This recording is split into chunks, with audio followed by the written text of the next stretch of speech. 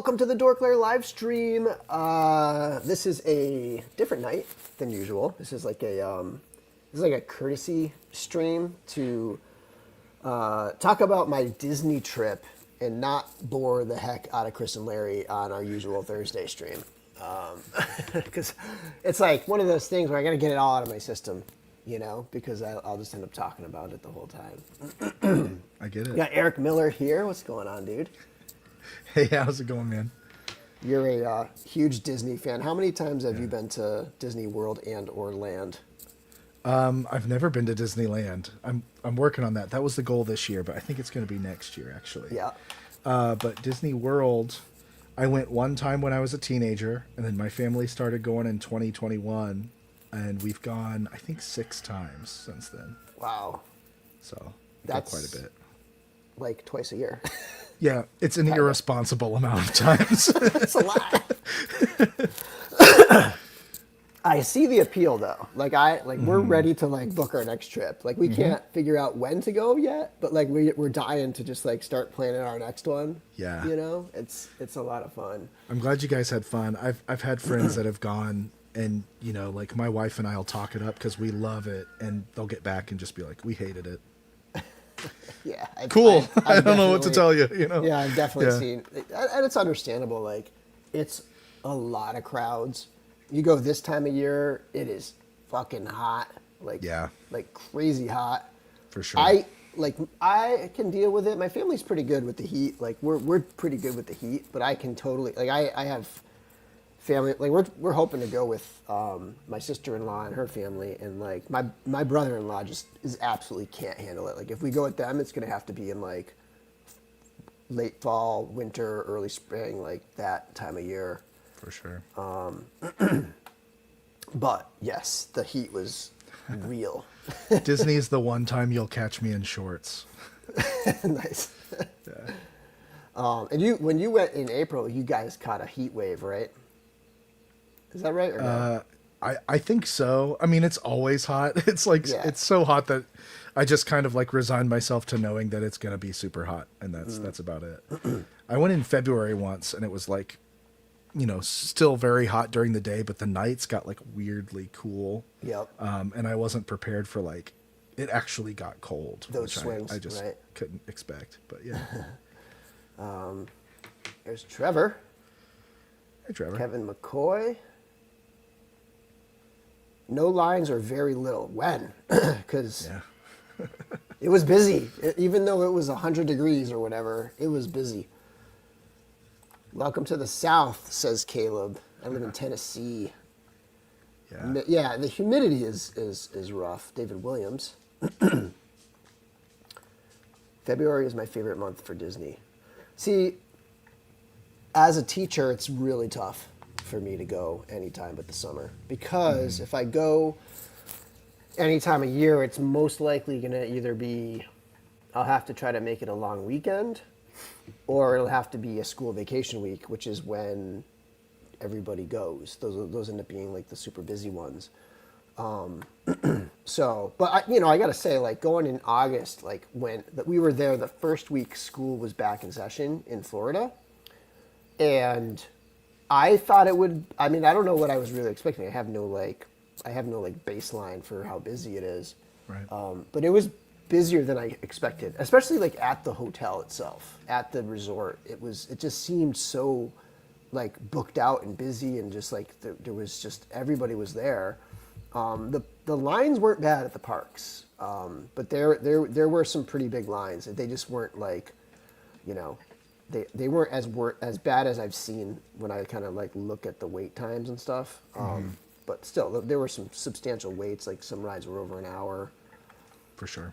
You've got the normal ones that'll always be high, and then sometimes you get lucky with the others. Like in April, it really wasn't that bad. We didn't wait in crazy lines for anything. Who else is here? Spaded one. McDysentery. Spaded one, McDysentery. Michael Casper's here, and Rob Zamora's here. Arizona celebrates rodeo week in February, so we all went to Disneyland to get away from it. I take it. Yeah. Rodeo week sounds interesting too. I agree with this. This is like Galaxy's Edge far exceeded any expectation I had. That's awesome. Far, especially the Rise of the Resistance ride. Mm-hmm. Like that ride is something else. Like the like immersion and the like dynamic complexity of it, where you go through like it's almost like 4 rides in one or something. You know, Yeah.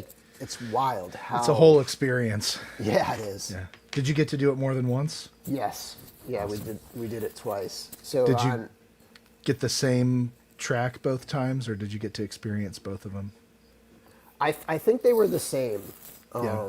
I don't They're not know that the different. difference, but like from what it seemed like, they were the same. One time, I think the first part of it, the ship with the Mon Calamari pilot, like I think it was broken because the thing didn't come down the second time. Oh no. He was on the screen, but the thing didn't come down the second time. But the first Yeah. time, everything worked perfectly. That was my next question. Later that day, the whole ride was down at some point. I remember Yeah. seeing that. The last So- time we went, it was like I've been telling people it was B mode city. Like the whole ride was in B mode, but it was still fun. What's B mode? Like B Like mode's what I- like, like so what I like if experienced. an effect isn't working, then they'll Yeah. go to B mode. Okay. You know, and then they have like a contingency basically, so they can keep the ride open. Right. But like maybe an effect won't work, but like everything was in B mode the last time jeez. I went. So, but strangely enough, like at the beginning, like that never was when you said, you know, that the Mon Calamari, Beck, Lieutenant Beck, Beck, yes. he wasn't working when he was working for us, but yeah, I mean, I've seen like all the animatronics like in like T-pose, like not moving at all, and like the room where you get to Kylo Ren, like where he's like force moving your vehicle, like he worked for you. Yeah, he did. Okay, that's awesome. Yeah. Yeah, the B mode to that is like, you know how like the panel comes in front of him, like at the end of the Yes. scene? It's just in front of him the whole time, blocking him. Okay. And then out the window in front, you just see him like in a TIE fighter, like swerving back and okay. forth and like yelling at you. Yeah. So like it was like that every time we rode, and yeah, but it's still fun. Like they make sure that it still works, but it's always great when like everything's working clicking. properly. The first run through. I mean, as far as I could tell, like I don't have a experience before this, but it seemed like I don't think anything was in B mode the first time I went through. That's awesome. But it's funny that you mentioned the like Kylo doing this stuff, because when we were on the Mickey's Runaway train, there was like that moment where he's like conducting or whatever, Yeah. having us dance the tango or whatever the heck it Yeah. was, and we're like, oh yeah, this is exactly like Kylo Ren did earlier. I never made that connection, but that's 100% true. That's so funny. Yeah, let's take a look at the chat here. Sunset at Disneyland in the winter or fall is a magical place. Sadly, the final guns in Kylo Ren's animatronics often go down. So many moving parts with the possibility of malfunction. And Brick's brother is an Imagineer. Those guns haven't been working for a long time.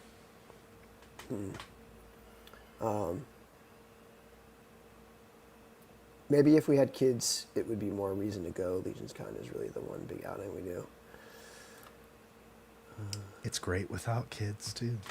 Yeah. Yeah, I mean, especially like there were, well, let's talk about stamina here.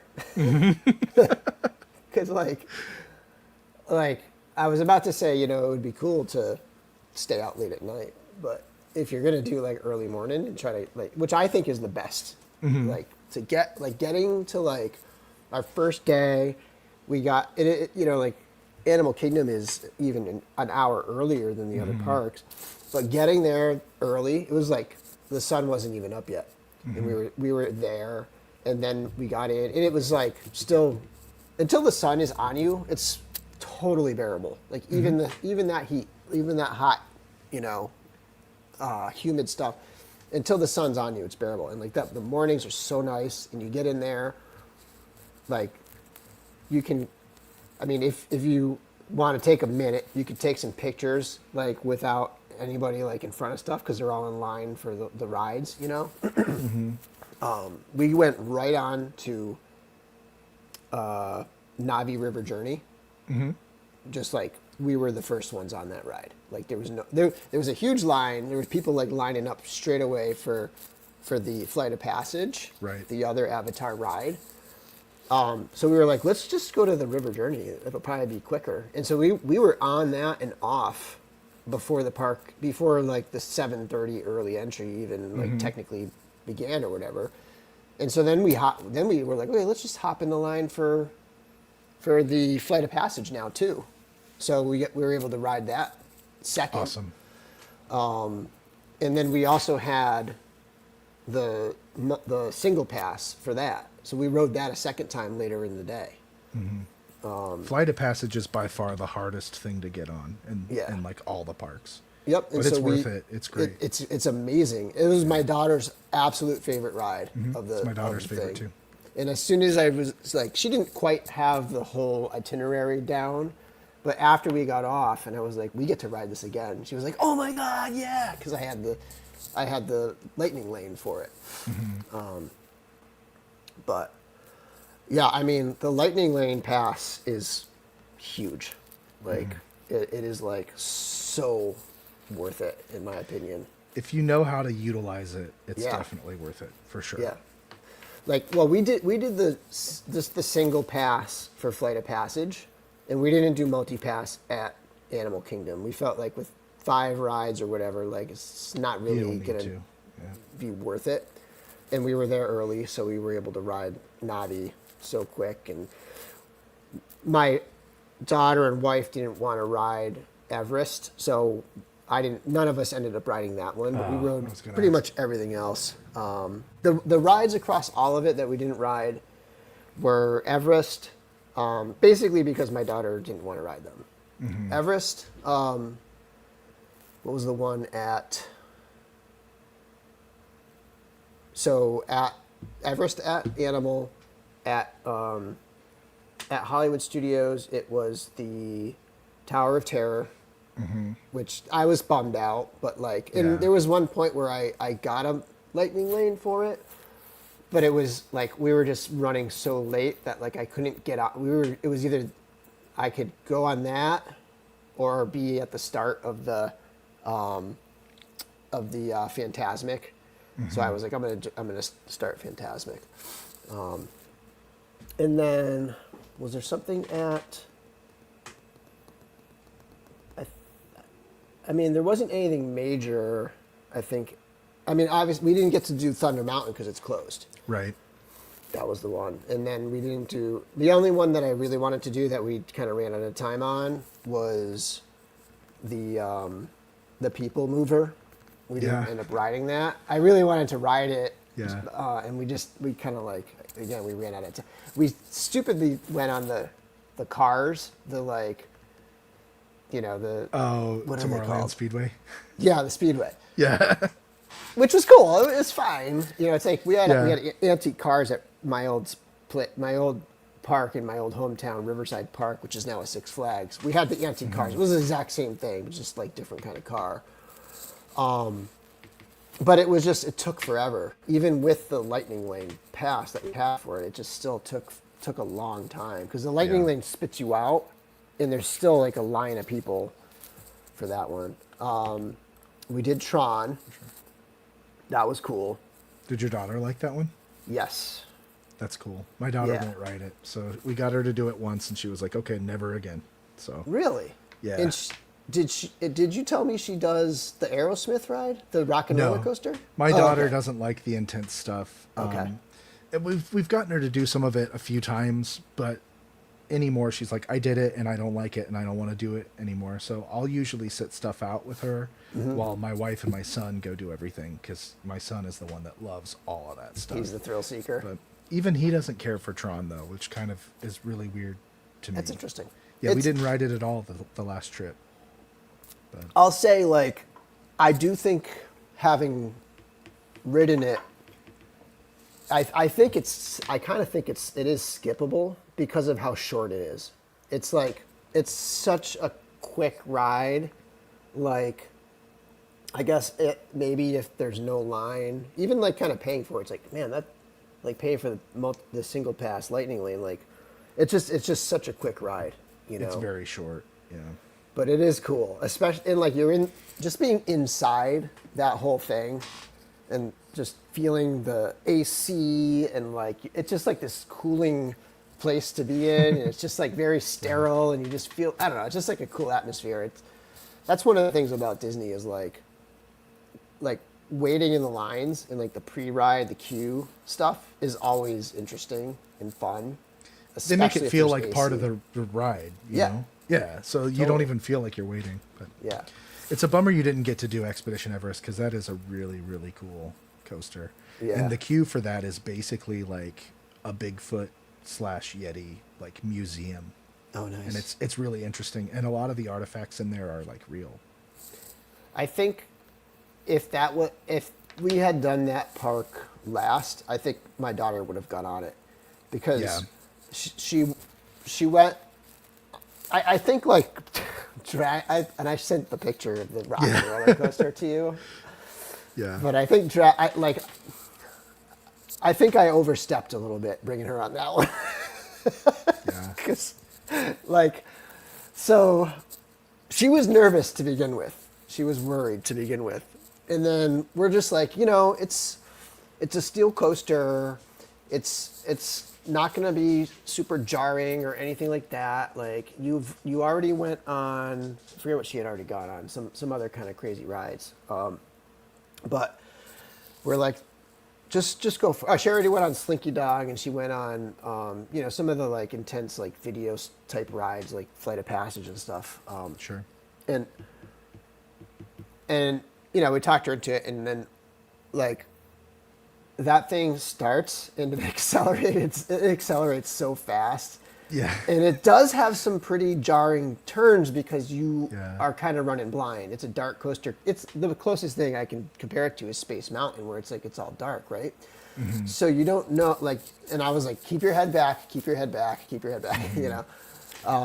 And when it got to the end, where you go through like the last part where you know it's the end, the VIP thing at the end, I was like talking to her, and I was like, how you doing? You okay? You doing all right? And she's like, it was scary. And like, she wouldn't look at me. She was just frozen. She's like, it was scary. Yeah, it was scary. And she was so tense.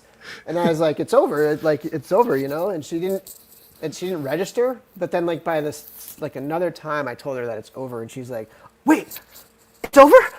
Really? It's over? Oh my God. Oh my God. Oh my God. And she was like, I thought I was going to like drop or something. She thought it was like, at that She was point, ready it for it to drop. shoot off again. Oh my gosh. Like, That's crazy. yeah, she was like traumatized. I don't want to bring up photos of my family, but like, Sure. you saw it and like, oh Yeah. my God. If any was of a like my funny photo. friends want to see it privately, message me, I'll show you. But oh I my didn't God. know. So I rode that the last time we went. That's the first time I ever rode it. And it's getting turned into the Muppets. So I wanted to experience it once as Yeah. Aerosmith. Yeah. So I rode it with my son. And what I didn't know, I knew it went upside down, but I didn't know that it shoots you immediately into a giant loop. And I was like, oh my gosh, holy cow, this thing is nuts. Yeah. Yeah. But yeah, I feel like it is fun. it's totally different when you don't know the track in front of you. You know what I mean? Like, I've dark coasters like that. I've done some crazy coasters, and we have Six Flags up here that has some, you know, we have the Superman ride, which is absolutely nuts. Yeah. But it's, you know, you see the track in front of you, you see everything. But yeah, it's funny that you talk about how it's going to be the Muppets now, because my daughter has this like deathly fear of Muppets. She has Muppet Oh, wow. nightmares. and she refuses to watch the Muppets. Like, I grew up loving the Muppets and everything, and it's like I think breaks maybe my you've heart. told me this before. Yeah, I think I have, and it Yeah. breaks my heart that she hates the Muppets. She's like afraid of them. She has like nightmares and stuff. Man, that's crazy. My daughter wants to be a Muppeteer when she grows up. That's like what she tells everyone. That's but she awesome. won't ride Rock and Roller Coaster. So she's like, she's so sad that Muppet Courtyard be and Muppets. Muppet Vision 3D is all gone now. Yeah. And she's like, but they get a ride, but I won't even ride it. So Yeah. like she's really bummed. I won't even tell her that it's going to be that the Rock and Roller Coaster is going to become a Muppet ride, because I don't want her to have like the double nightmare of like remembering For the sure, horror yeah. of That's crazy, riding the Rock and Roller Coaster and then knowing it's going to become a Muppet ride. man. That's like the scariest ride in the world to her. One day I'll tell her. Once it's not the Muppets anymore. You Yeah. tell her about it. So like, I should probably like lay out my trip a little bit, like how we did it. And so, you introduced me to Heather Salvatore, Eddie Salvatore's wife, and she like helped us book it, which is like huge, because there's almost too many choices when it comes to like booking a hotel and figuring out like which parks you're gonna do and all that. So having like when she does it, she has like 3 choices. And then you can look at the 3 choices and you can see the deals and stuff. And then you can ask for different ones and kind of like narrow it down that way, rather than just like browsing the 50 or whatever hotels and trying to figure it out. So that was pretty cool to have that. And then, so we got that all set up. We did 4 nights at the Port Orleans French Quarter, which was a pretty quiet, small, I think it might be the smallest resort or one of the smallest ones. Very quiet, 1 bus stop, which was awesome. So Wow, like, that's interesting. it's got a single bus stop. So you don't have to wait. You don't have to like hit other stops. It's just like you get on and you go straight to the park that you're going to. There was one time where we had to go through the Riverside stops. There's like 4 stops at Riverside. And then we came back to the French Quarter. But that was when the boat from the French Quarter to Disney Springs was down because of lightning. That makes sense. And it had a weird thing where it had to hit all these stops. But other than that, it was easy. I will say that Uber and rideshare is like the best at there. Like it's so, we had one where it was like to go from French Quarter to Disney Springs. Again, the boat was down, so we took an Uber. It was $3. Like $3. Like, how do they even make a profit? Like, I guess volume, right? Like, but like, Yeah, for sure, they do that. $3. Yeah, 30 times and you've made some money. So like I'm gonna definitely be leaning on next time I go, like leaning on the ride shares, because it's so cheap. Like in Boston, if I go that distance, it's like $25. Wow. You know, it's just I guess demand. You know, when you have all those buses, there's not as much demand or something. But I've never used it at Disney, but oh really? yeah. I mean, we always stay at a Skyliner resort. That's like Okay. what we make sure to do, and we use that as much as possible. Yeah, and then yeah. we use the buses when we can't use that. Right. It works out well. That's we one almost thing stayed. Sorry, go ahead. That's one thing we didn't ride at all, was the Skyliner. We didn't, because we didn't do Epcot, and we didn't do any park hopping or anything like that, and we weren't on a Skyliner resort, so we didn't ride that. Yeah, we do a lot of park hopping when we go, so the Skyliner's awesome. We're gonna park hop next time, because we now kind of have our favorites. Like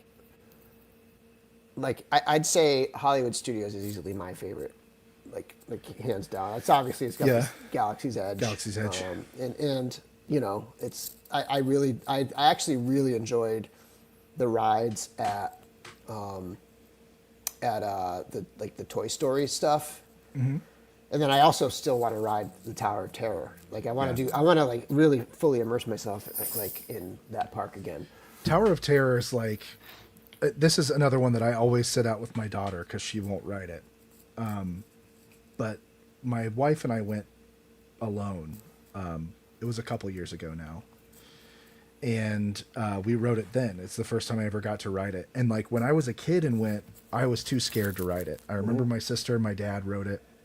But I've kind of been like scared of it my whole life. Like I built it up to be this like crazy thing.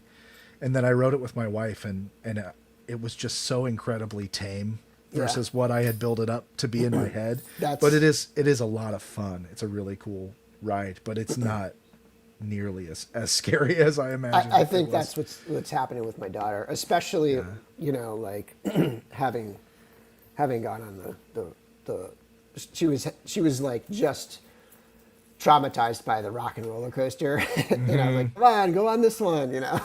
She wasn't having it.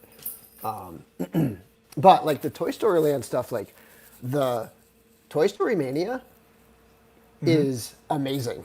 Yeah, it's really fun. I freaking loved that ride. Like you can kind of like, that's a good one to ride a few times because you can try to like beat your score. For sure. Like it's super interactive. It's a game, you know. Like that was the best shooter game I've ever been on. I haven't been on many. There's one at like our at our Legoland Discovery Center. Like you know, that level of that kind of a ride.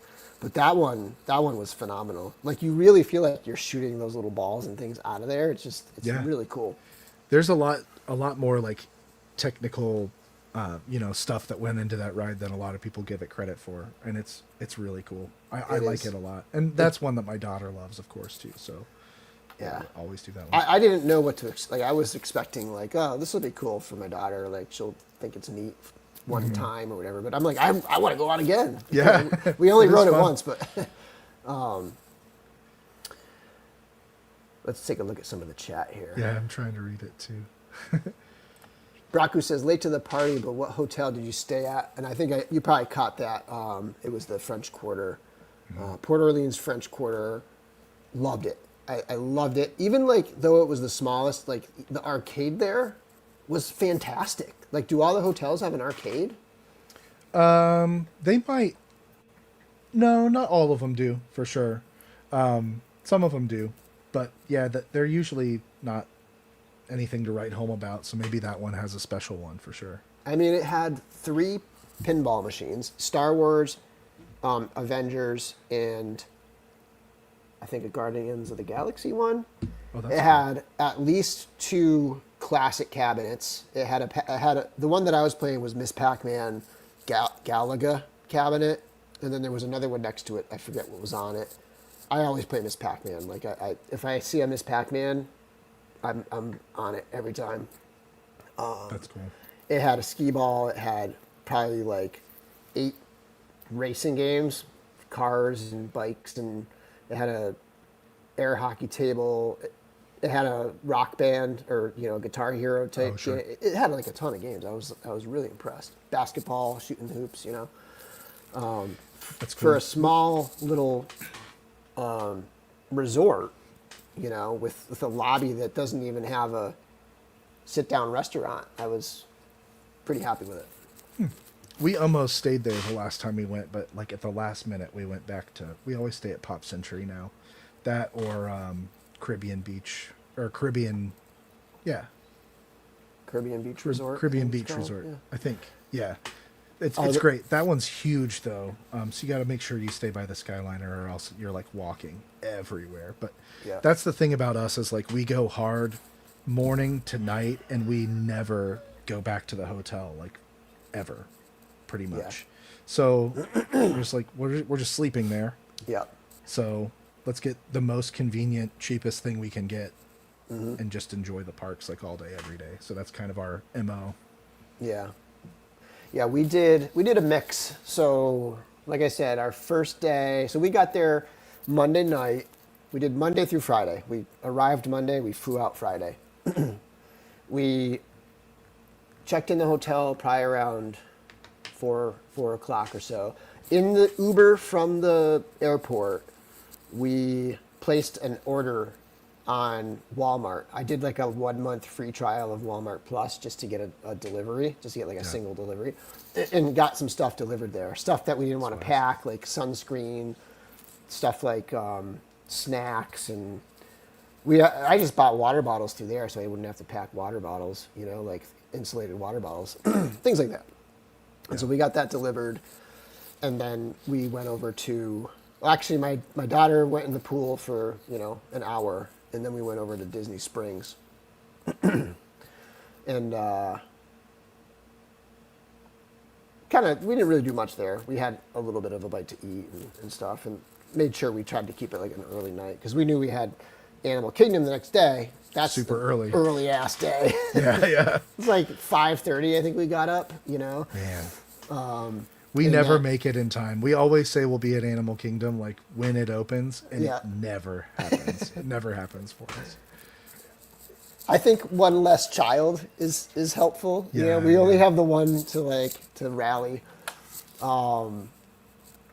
And so so we did the early Animal Kingdom, beautiful day. We left a little bit early. We left around 2 or 3, and because we had a reservation at Haleo at Disney Springs, which is, I'm trying to remember the chef's name, Jose Andres. He's like he has like a TV show, or he had it. I don't know if he still has it, but Spanish tapas type stuff. It was awesome. Great. It was really good. It was a really nice restaurant.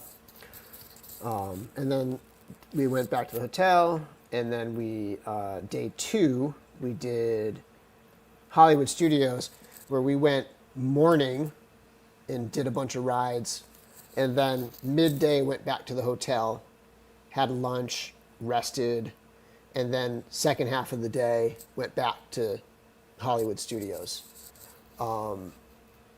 That was our most tired day, interestingly. Like my wife she was like dead at the end of the day. Like that was like, you know, I think, you know, going back to the pool takes energy out of you. You think it's going to be relaxing, but you're still outside in a 95-degree humid day, even if you're in the water or whatever. But that was my favorite day. Like, I just rallied my energy, and that was my favorite day. Like, because of the Rise of Resistance, just going to Galaxy's Edge and doing all that stuff. I got my I can hear your rooster. Yeah, he's right outside the window, just being a jerk. I got my Oga's Cantina. This was like pretty much my one awesome. souvenir, my Oga's Cantina glass. I'm a huge, like, this shape glass. This is like my only other one of this shape. It's it's a local brewery, Treehouse. I love this shape glass, and I never see it anywhere. And so I saw this, and I was like, oh my God, that's awesome. my glass. Because I know one day this thing's gonna break. And it's like, it's good to have like a backup. And then we took home one of these guys. That's cool. I still have never been in Oga's Cantina. I want to just go in, but there's nothing there that I want. I just want to experience the building. And you have to have a reservation. Yeah, exactly. Like, I'm not getting a reservation just to go in there and get nothing. Like, I don't drink, so it's like I don't want any of that stuff. Right, that's really all it is. It's a bar. Yeah, but I just want to go in there and see it. Like, and I still have never done that. It's cool. It is cool. And it feels like, I know it's not the cantina in A New Hope. Like, it's a different cantina, but it totally pulls off of that. Like, a lot of the same bar taps.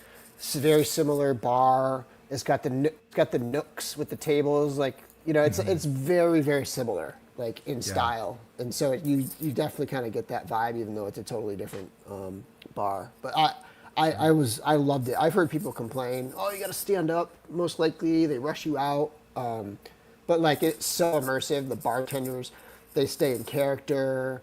Cool. Like, all the drinks are, like, in-world drinks. They're, you know, like, weird things. Like, Maria got one that had, like, dry ice or something, and it was, like, steaming up, and it was all weird, like, bubbly and weird. We got, like, this treat. It was basically just Jell-O, but it was, like, it looked like a Petri dish with, like fungus and stuff growing in it. Oh, Which jeez. is gross looking, but it was tasty. But it was, like, you know, just, like, very weird and fun and just, you know. And then the former pilot of the Star Tours is like the Right. DJ at I that knew bar that, and stuff. yeah. And yeah, That's cool. Did you get to build a lightsaber? I didn't. I Yeah. offered Helen to do it, and she didn't want to do it. And so I was like, Yeah. I'm not gonna do it. Like, just it's like $250. Yeah, it's a lot of money. Like I'm not. I love collecting Star Wars, but I'm not like super into like props and stuff like that. So it would have really only been for the experience. So I was kind of hoping Helen would want to do it, so that I could stand by and like kind of experience it with her. And we didn't do a droid either. We offered her that too. She didn't want to do it. She's weird. Like, I'm like, we'll buy you this thing. She's like, no, it's too much money. My son Like, is come like on. that, Like, for sure. Come on, do it. And I was bummed out that they don't have the old school. I totally would have done the old school Droid Factory build a droid thing with the 3 Like the 3 3/4 inch. Yeah. Yeah, but that is now they're those RC droids. yeah, they're the big ones. And they had a few Droid Factory figures, like the Halloween one. I saw a TC-14 that I almost bought, but then I never circled back to wherever, you see something and then you're like, oh, we'll come back. And then you're like, where the fuck did I see that? Yeah. Because there's like 1,000 stores. But yeah, I really would have liked to have built one of those 3 3/4 droids. Yeah, I'm just checking the chat here. for sure. Is the arcade still at the Contemporary? We actually went to the Contemporary. So let's talk about that. So like that middle day, the Wednesday, we went to Hollywood Studios and we went to Fantasmic. It was still so hot and we had such horrible seats that we ended up leaving early. We didn't finish the Fantasmic. We saw, it was like so hard to see. We were like, I don't know if you are familiar enough to remember that there's like a row past, like when you walk in and there's like the walking area, that top area, there's a row behind that. There's like seats behind, like we were all the way up there and we got there like 20 minutes early. Yeah. And there was still no seats. Yeah. You got to get there an hour early, I guess, because so our seats were so bad and like we were just so uncomfortable. Like, we'll just leave. We saw some of it, so I'd like to do that again and get the full experience and do it. Get there early and like have good seats and a good view. We did do the Indiana Jones. That was wild. That was super cool. Yeah. Did you see any characters or droids walking around? Yeah. My daughter got a picture with Rey. We saw Mando, and my daughter was dying to get a picture with Mando, but like we caught him as he was about to like move on to the next thing. So he was like, we didn't get a chance to get a picture with Mando. When we went to Oga's, and I was like checking in on our reservation, my daughter and wife went to the bathroom, and while they were in the bathroom, and I was getting ready to go in, I was sitting and waiting. 2 stormtroopers went in to Oga's. And so the whole time while we were in Oga's, there were 2 stormtroopers making their rounds and interrogating people and stuff. So that was pretty neat to see. And did we see anybody else walking around? We didn't catch the whole thing where where the First Order marches out with Kylo. The timing didn't work out with that one. But yeah, we saw quite a few. And it's just, I mean, it's so cool. Even just walking around just the buildings, in the morning and just seeing all that stuff. And I would love to do more. Sorry, go ahead. I was saying I would love to do more of the interactive stuff, like the data pad where you scan things. But it was like, I was like scanning the X-Wing when we were getting photos. And it was like 45 seconds to scan. And I was like, this would take forever to go around and like do this.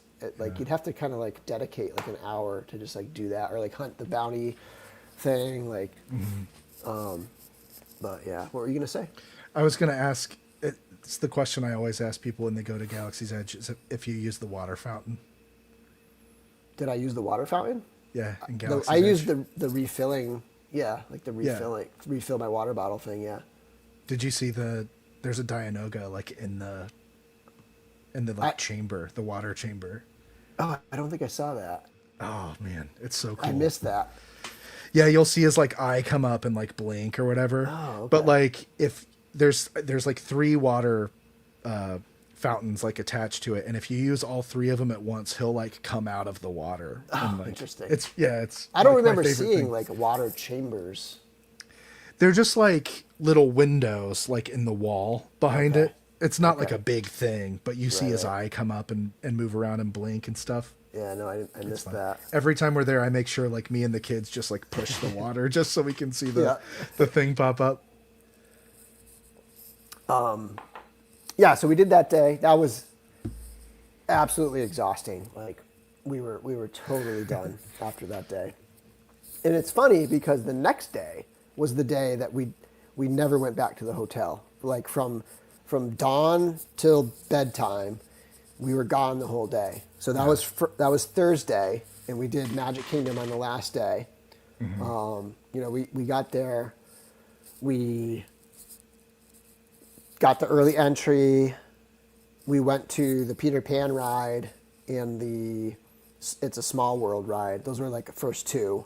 Right. And then we went over to Jungle Cruise and rode that. And so like we got those 3 rides in, like boom, like super quick and easy. First thing in the morning, basically. Peter no Pan and lines. Jungle Cruise are tough, so that's good that you got them Yeah, out of the way. we did our research. Like Yeah. I was like totally research. Oh, by the way, at Hollywood Studios, I actually wrote them down. I'll tell you what we did for Lightning Lanes. That's awesome. Let me see here.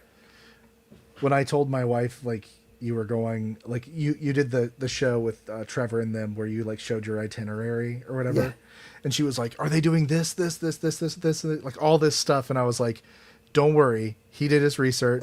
I listened to what he said. He planned it out great. It's gonna be awesome." I'm one of those people who are like, I won't tell you how to do Disney, but I will judge heavily. Like, It's funny because I had the itinerary and I was like, man, I don't know how this is gonna go. Like, if this is gonna am I gonna have time? Like, is this gonna am I gonna have time like to hit all this stuff? So we did Star Tours very early, which you don't really need a lightning lane, but we wanted you to can do have that a lightning lane to check in so that we could start checking into we can start That's how booking you other do it. ones. So we did that. Once we had booked Star Tours, Slinky Dog, and Toy Story Mania. And so once we got through with Star Tours, we added Rock and Roller Coaster. Once we got done with Slinky Dog, we added another Smuggler's Run. So we did a rope drop, Rise of the Resistance, and then we went right to Smuggler's Run and did that. And so then we got to ride both of those twice because we did Lightning Lanes for the other ones. And then we did the Runaway Railway. So we did 6 multi-pass rides at Hollywood. And we did 7 multi-pass rides at Magic Kingdom. We did Haunted Mansion, Tiana's, Pirates. We did a single pass for Seven Dwarfs Mine Train. We did a Space Mountain. We were able to book Space Mountain after checking in on our first one. We got Astro Orbiter, and we got the Speedway. We booked a second Jungle Cruise because our first Jungle Cruise was we just waited in line, or we got like right on because there was no line, and we did Speedway. So we had 7 multi-pass. So like we really didn't wait in any lines at Magic Kingdom. Because we had, except for Speedway, which ended up being a wait anyways, even with the Lightning Lane. Now the Jungle Cruise, we didn't ride a second time because there was lightning in the area and it was canceled. So we got the free, like, ride anything you want. Mm-hmm. Can you guess what we picked? Because we had our free reign of anything that was still open. There's certain ones that are excluded from it, right? So you can't do Seven Dwarfs, you can't do Peter Pan. Nope. It was one we had already ridden, though. We did Haunted Mansion second time, which all 3 of us loved. We thought that was like such an awesome ride. Like, I guess that is my favorite thing in the world ever. Yeah. Like if I could just beam myself to one space, like whenever I want to, I would choose Haunted Mansion. That would be my one thing. It's like, you know, you really get a sense of the development of the attractions when, like, you experience something like Rise of the Resistance, and that, like, the Haunted Mansion is like the genius that made something like Rise of the Resistance possible. You know what I mean? Right? Like where you're in the queue and you're essentially like doing stuff because, you know, the floor is dropping or the ceiling's rising or whatever, and you know, you're sort of like with a group of people and you're kind of in the queue waiting to kind of like actually get on the ride, like that. It's a very similar thing. That's you get it. A lot of people don't get it, man. I just don't. I always say, like, Haunted Mansion to me is like, it's one of the earliest things that I can like point someone towards that still exists, where it's like, yeah, and like the most creative people in the world got together and made this like crazy creative thing, and this was the result, you know, like back in the 60s, and it's still there, and it's still more or less like exactly the same as it was back then. I mean, minor things have changed, but man, it's so cool. It is. I understand your passion for it now. It's That's a awesome. super cool ride. And there's a certain level of awesomeness to rides that have air conditioning when it's 95 and it feels like 110.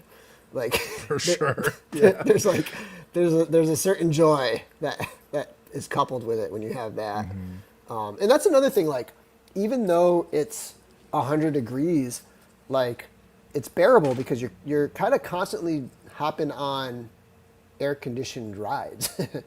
It's not like a Six Flags or something where every single ride is outdoors and you're waiting in line essentially outdoors, or, you know, in the shade is fine, but like it's even better to be you know, in air conditioning. Yeah. That is awesome. Man, we just, like you said, we go so hard that I rarely have time to think about that in the moment, but it is nice when you get into a nice air conditioned building and you get to chill. And Haunted Mansion's got like just a little bit of like a breeze going on, like there's like a draft in there. Yeah. That's great. This is a good idea. I think this is what we'll do next time. Get the dining package, and then I think you eat earlier in the day, and then you get a VIP ticket to the show. So I think that's a good call. Like, that's what I need to do next time. That is wise. We should do that too. We've never done that, but that is a good idea. Because it's just like, you know, you're gonna eat at some point in the day. Obviously, this meal is probably gonna be a little more expensive because you get the tickets, but like, might as well. That's the thing is we went back to the hotel that day. I think I would plan that day out differently. Yeah. And so Magic Kingdom, the day where we were gone all day, what we did was we banged out so many rides first thing. Like I said, we did Peter Pan, Small World, Jungle Cruise, and then we got into our lightning lanes. We did Haunted Mansion, Tiana's, Pirates, and then I think from there we went over to Tron.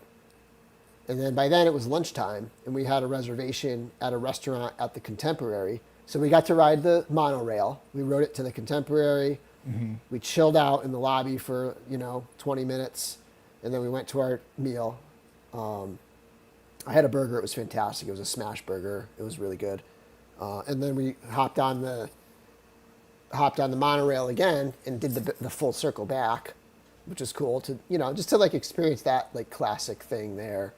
And then, we had a bunch of stuff. We had like rides booked in the afternoon. We did the Carousel of Progress. I loved it. I thought that was fantastic. It's so funny. Like apparently they've been updating today.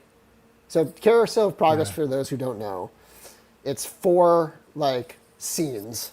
One of them is, they're 20-year jumps. One of them is 1900, 1920, 1940, and then today. Now, it was made in 1960, so the original one was 1960, but they keep updating it. So it's funny, it goes from 1900, 20 years to 20 years to, to 40. Then it jumps another, basically like 80 years to today. Yeah. But it was cool. Like I thought it was really neat. My daughter loved it. She loves anything that's like a story with a family, and like that's totally like you have like this family like in different eras. That's interesting. And it was super comfy and cool, and it was just neat. You know, I like that kind of stuff. The last time we did Carousel of Progress, there was a guy that was sitting like 2 rows behind us and like over in the corner, and he fell asleep and he was snoring the entire time. Yeah. Everyone in there was just cracking up. And he never woke up, and he took a 20-minute nap, and everyone was Totally. like, "You do you, guy." Like that's awesome. Not a bad idea. Yeah. The one thing that gets me about Carousel of Progress as an Ohioan is when he talks about 2 boys from North Carolina building a flying machine. Like, they're from Dayton, Ohio. Yeah, totally. They built that think in of Dayton, Ohio. Yeah, like, yeah. we've got a museum that I can go to that's 10 minutes from the house that's Right. all about the Yeah, Wright yeah. Flyer. And there's, so, like, when we hear that line, like, me and my wife both, every time we just cringe. Like, oh, it's not. You got to boo. You got to boo it. Yeah. I would never try to ruin anyone else's experience, but it does take everything in me to not be like, it was Ohio. But Yeah, that didn't even occur to me. yeah. Well, you're not from Ohio, so you Yeah. probably don't really care. Trevor says Haunted Mansion was a trip when I was 3. Back in, what do you say? Back in the 50s. So it could be lunch or dinner. Yeah. So yeah, we went back and we rode rides, and then we had another reservation at the Skipper Canteen. So I we like had that like place. nice rests without a ton of travel per se. You know what I mean? Like I think there's a certain amount. Like the day that we went back to the hotel, it's like coming back and forth is energy spent. Whereas we were able to like have 2 sit down dinners. It's obviously expensive, but like it was worth it because it kept us energized. Although maybe our stamina was just like improved by then. You know, like our my feet were just killing me. Like, Yeah. it doesn't even matter how hot, your feet are going to be killing you, you know? Having your first day at Animal Kingdom probably helped too, because they're only open till like 6. Yeah, so it's exactly. Like you're not going crazy until like 10 o'clock at night. Yeah. Yeah, we didn't go to Epcot. I know you didn't go, Bill, but what is Epcot now? Do they still have the different countries? Yeah. I love that when we went not too long ago. Yeah, it's different countries. Yeah. They call it the World Showcase. Like, it's still there. If you went shortly after it opened, there's definitely more countries there now than what there would have been when you went. But the front part of the park where all the kind of rides are, for the most part, it's almost all like IP driven now, whereas it wasn't before. It was all like the history of automobiles and like, stuff like that. I guess some of it's still not IP, but it's like there's a Moana experience. The aquarium is Nemo themed. There was a ride in Norway called Maelstrom. Actually, I'm wearing the shirt. That is the Frozen ride now. The Mexican Grand Fiesta Tour is now, it's got Donald Duck and friends in there. So, I mean, like, there's IP all over the place, but it still is, like, super educational and really, really fun. And the food there is awesome. Yeah, that's what I heard. I thought the food at Animal Kingdom was the best of the 3. We didn't do Epcot, but like of the 3, I thought Animal Kingdom was great. Like we got like the bowls at the Pandora area. Like they have like quick service bowls, and they were awesome. They were really good. Like I would order that like on a takeout or something on an any given day. Like they were fantastic. We always get they have cheeseburger bao buns. Oh, in yeah. Pandora.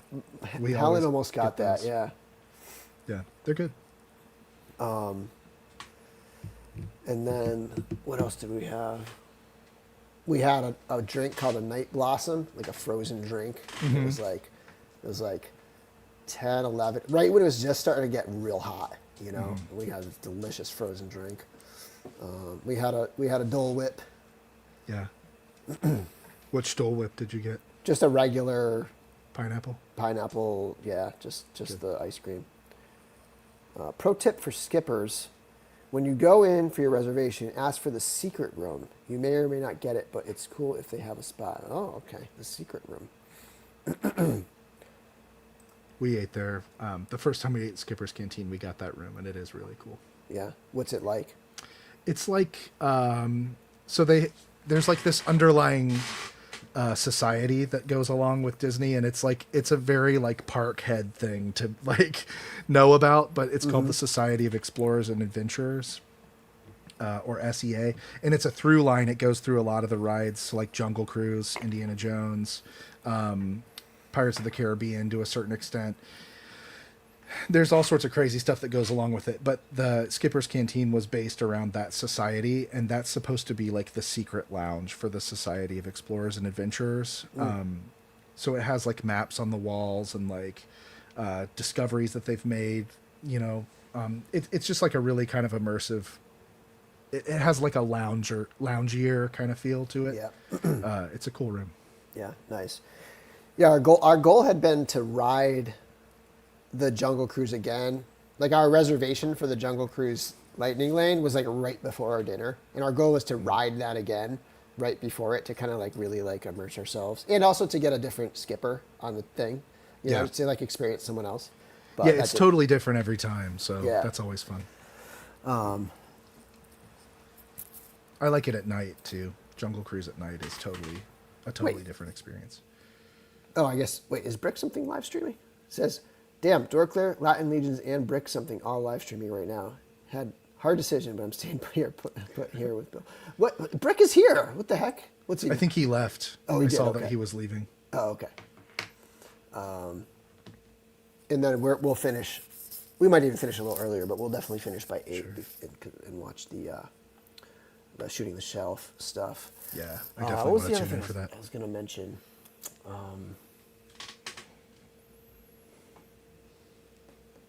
There was something else I wanted to mention about. I'll come up with it again at some point, but. So when you rode Tiana's, how wet did you get? It didn't matter. I mean, I got fairly wet, but I welcomed it because it was so hot. For sure. You know, I could see like if you rode Tiana's in the winter and it was like kind of like nighttime-ish or early morning or something, I could see people getting really cold. But like, I got like this whole side of me from the waist up was soaked. Yeah. Pretty much. And like my hat was wet and like it was sort of like this whole side of me. But my shoes weren't wet. We rode it a few times the last time we went, and I think I rode it 4 times on that trip. Like, you know, we were there for 5 days, so I mean over the span. And there was one time where I got like one speck of water on my shoulder. Most of the other times it's like you get wet, but not crazy. But the last time we rode it, my son and I were in the front row, and you may as well on that final drop have just like dipped us in the ocean. It just totally drenched us head to toe. Oh. And it was the kind of drenched where like you feel your socks like slowly wicking the water and you're like, oh, I'm totally soaked. Yeah. Do you bring like a pair of flip-flops or anything to change into? Or? No. I worked it out throughout the day. I think we ended up going back to the hotel at one point and I changed my socks. At least. But man, that was like the only time where I was like, it was a bummer how wet we got. Yeah. Yeah. I don't want to do front row again. That was front row for me, but oh wow, I'm a fairly small guy, and I was the only person in the front row. Yeah. So I was in the middle too. So I feel like I kind of weathered the storm, you know, Maybe in terms so. of that. It is a bummer Big Thunder wasn't there, especially since you like roller coasters. Like it's not a crazy roller coaster, but it's a fun one, and it's very like smooth and yeah, it's always great. Yeah, I do love roller coasters. I love pretty much any thrill ride unless it's like super extreme, like drop, like you know, like the ones where it's like a elevator and it just pulls you all the way up, like you know. To the sky and just drops you down. Like I don't know. I'm not. You have to do. You know, if you go again, you've got to do Expedition Everest because it is. Yeah. It's a great coaster. The queue is amazing, and the story of the coaster itself is awesome. We're prioritizing ones we missed next time we go. Yeah.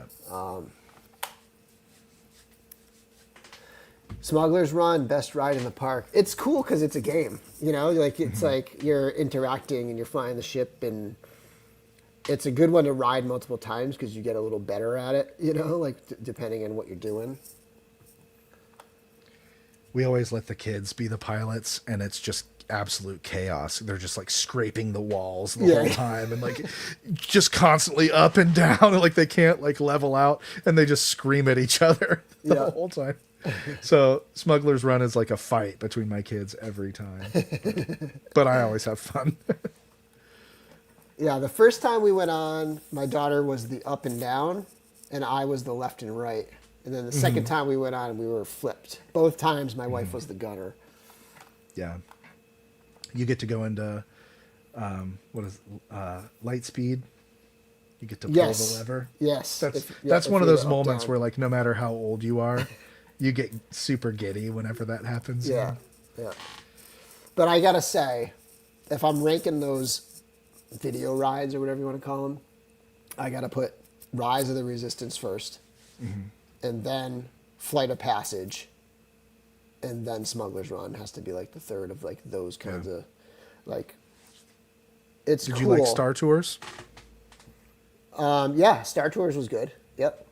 And again, that's like a prototypical or archetypical like version of those things. You know, like that's a 30, 40-year-old ride or whatever it is. So that was cool. But yeah, the one of the coolest things about Smuggler's Run is that you're walking through the Falcon. You're walking through the tunnels. You see the Dejarik table. You see all of it. It's super cool. Now we didn't get to ride Guardians, so we'll see where that lands next time I go. Because we'll definitely ride that. We'll go to Epcot next time I go. That's another must. Yeah. My wife, who could not care less about Marvel and all that stuff, it's her favorite ride that she's ever ridden in the world. I've heard people say that's like one of the best ones. Trevor she would ride it like morning to night if she could, just looping, just getting back on. That's how I felt about Rise of the Resistance. Like I felt like I could just keep going on that thing. Trevor likes the drops, the elevators and whatnot. Oh wow. There's a Superman ride at Six Flags, New England, that has the biggest drop. It's such a freaking huge drop. You go up the hill in the first drop, and then you go into this tunnel, and you're at the top of it. And the tunnel seems like this tiny little square box, and it just like seems so far away. And the ride has no loops. It has no like scary things or anything like that. It's just fast and long. The ride lasts forever. It's such a long roller coaster, which makes Tron feel, Tron is like, it's like a blink of an eye. It really is. So you didn't mention this at all, but when you went to Magic Kingdom, did you do the Tiki Room? No, I don't even know what that is. Is that a ride? It's a show, essentially. So Tiki Room, it's a show where there's birds. They hang from the ceiling and they sing songs. But it's the Tiki Room birds were the very first audio animatronics ever. Oh, okay. So it's like one of those things that's just like dripping with like Imagineering history. Yeah. And I love it. And a lot of people are either indifferent or like actively hate it. But I love the Tiki Room. I could do the Tiki Room like 10 times in a day and be totally fine. Yeah, I want to do, that's like another thing. Because we were so focused on like experiencing as much as possible on our first time, like we didn't do a lot of shows, We did the carousel and we did the Indiana Jones. I think those were the only two shows we did. So I want to do more of those next time we go. Maybe do a little, maybe like a fourth day and do Park Hopper and like, I don't know. But I remembered what I was gonna say. Oh yeah. Pin collecting Oh yeah. is crazy there. Like holy crap. Like you could make an entire collection of pins just out of the 2025 pins. Like just the current pin. It's crazy. Yeah. Did you guys do any of that? We didn't do any pin trading, but my daughter did buy some pins. Like that's the thing is we didn't really have any pins to trade. Like we would have had to buy a pin to trade it. So we didn't do any pin trading, but next time maybe we'll bring some, bring some of the ones we got this time. And it's kind of a shame because the boards are just covered with bootleg pins for the most part. Like very rarely do you see a real pin on a board. But it's still fun. I'll try before we go. I'll try to like get in a Facebook group where they sell real pins for like pretty cheap, and get like $100 worth of pins or whatever. Go to the park with like 30 or 40, and we'll trade them away. But we usually come home with just a bunch of fakes. But the kids love doing it, so it's fine. Yeah. So, Helen did buy some pins. It was so cute. She wanted Avatar pins, and I was like, she had her money, and then we were buying her stuff too. But like, I was like, I want to buy you a pin, so pick out a pin. So she picked out one of the pins that has 2 pins on it, and she was like, Dad, I got this one because I want you to have a pin so that we have matching pins. That's awesome. I was like, That's so cool. And then I saw a guy in line with one of those backpacks that has the clear plastic. And I was like, holy shit, I'm totally getting one of those for Legion's Con, like just for my pins. Yeah. Like I'm apps. I think they're called Ita backpacks. I thought about that too. I'm totally doing that now. Like I didn't even know those existed. Because like you worry about pins falling off. Helen bought some of those like pin locks. Yep. But even still, like I feel like those are likely to like bend the they will, the thing. So like I'm totally gonna get those. And you just slide the thing out, and it's like a pin board, and you can like pull it out and like trade with people. So yeah, totally. I love that pins have become more of a thing, like in like the Legion's community too. Yeah, and I have a substantial collection. Like I have a backpack covered in pins, and there's no more room. So like, I'm excited to like curate this like this new backpack and like have it all set up and like be ready to like do some trading and stuff. I even contacted George to see if I can get some pins, like right after I got back to get another round of pins for. Yeah, he loves doing it. So yeah, that's awesome. We did black as the base, and then red was my Legion's Con color last year. So I gotta pick. I might do glow in the dark. That'd be for sweet. This one, but I don't know. Maybe just like another like primary color like green or something. We'll see.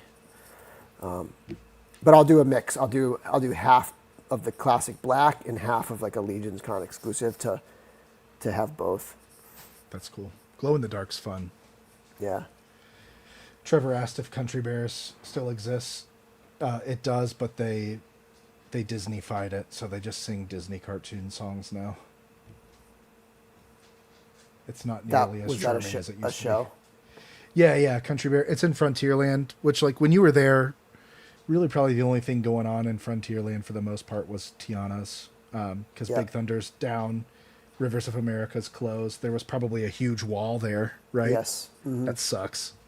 But yeah, it's a show right there in Frontierland where it's bears that sing. But they used to sing like old, like witty country songs, and it was kind of like when you watch it, there's multiple moments where you're like, I can't believe they're getting away with this in the year like 2023 or whatever.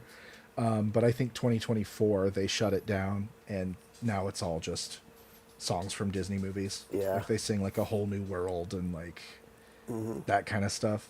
And it's fun, but it's not nearly as charming as it used to be. Right. All right. Well, I think it's settled, considering David designed the pin.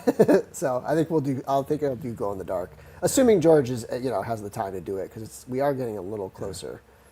The last time I did it though, it only took a month from like ordering the pins to getting them in hand. Like it was like a month. So it usually doesn't take too long, but the studios, like, this is about the time of year where they like kick it into high gear for Legion's Con. So there's just all sorts of stuff going on right now. My Hatbox Ghost pen glows in the dark, and you can see that thing from across the room. It's awesome. Nice. The end of day at Magic Kingdom was pretty amazing. So we did we got what is it called? The dessert party. We did that. That's awesome. It's expensive, but it was, I think it was worth it, especially for like first timers to like kind of take some of the like, like madness out of the equation. Right. And we did the post party.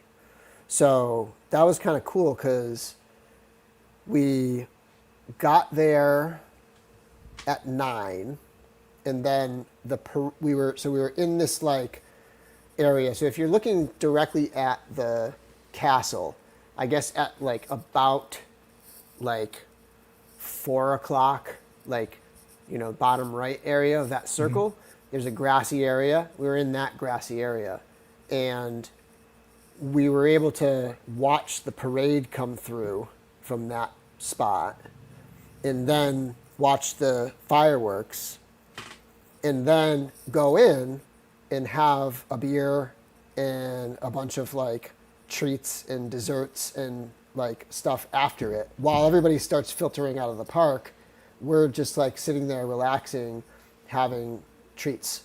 And That's so cool. then by the time we're done with all our treats, we're walking out, and there's no rush. Like there's like, there's a steady flow of people, but it's not like a mad rush of people like going to the bus and stuff. It was a late night. it was like close to midnight by the time we got back, but it was definitely a cool experience because That's like cool. that parade was insane. That's new. I haven't experienced that, so I'm looking forward to it next time. The number of lights on these floats is incredible. Like, and I don't know the number of floats, but it had to be like 20 floats.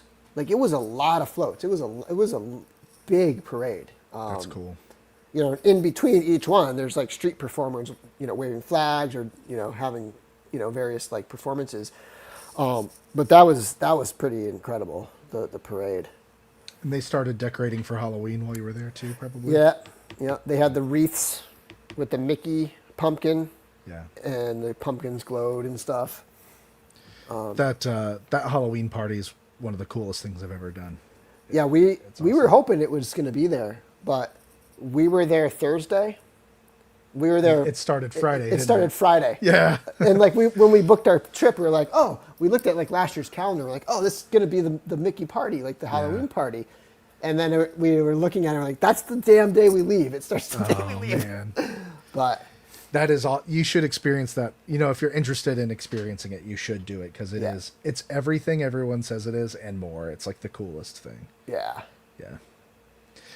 My favorite part probably of the whole Halloween party, just like before the last parade, the Headless Horseman does the parade route, and it's just like a Headless Horseman character on this huge black horse. Nice. And the cool thing about it is the entire park goes dead silent. And it's weird experiencing like dead silence in a Disney park. Right. And all you hear is the horse's hooves like trotting down the main street. And it's like eerie and amazing. That's Super cool. Yeah, we were hoping maybe next time.